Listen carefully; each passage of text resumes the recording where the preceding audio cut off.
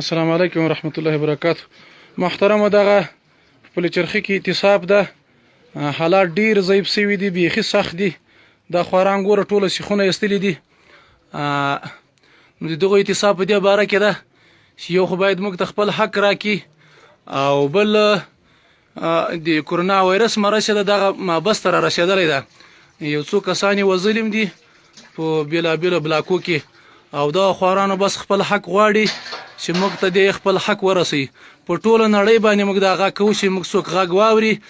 دا سپینګیري خواران ډیر ضعیفه شوي دي چې بس په داسې حالات کې پراته دي. دغه سپینګیري تاسو وګوره، دا د بندي کولو لایقت لري، او دغه خوارکی ګوره څو ورځې کېږي چې مریض ده، داسې تک تور شوی دی، امکان لري چې دته مرض را رسېدلی. او دغه کې دا پیپونه ګوره بسته دي، دا مریضان دي هر وخت دلته پراته دي. دا ګوره پیپ ورته تیر ده، دا مریض ده. او محترم اوس د موږ غږ تر څومره وس کېږي دا ویډیو د سره شیر کړي او ویې رسوي خلکو ته چې د موږ غږ واوري.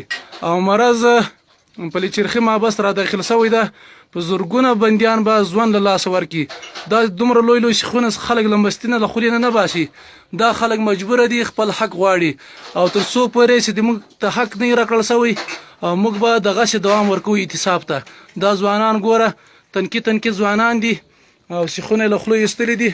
موږ په ټولو باندې غږ کوو چې د موږ غږ تر ټولو مشرانو پورې ورسوي، د امارت مشرانو پورې ورسوي، او کوم حکومتي چارواکي چې دي دا هم د موږ غږ واوري. او که غږ هم نه اوري، دلته به بس یا موږ مړه کېږو یا به دغه اعتصاب ته دوام ورکوو.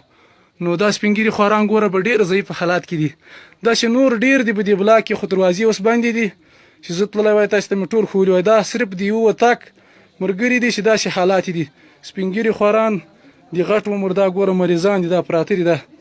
نو موږ نور وس نسته، نه چیرې وړای سو نه ګرځوای سو. د موږ مظلوم غږ باید تاسو واورئ.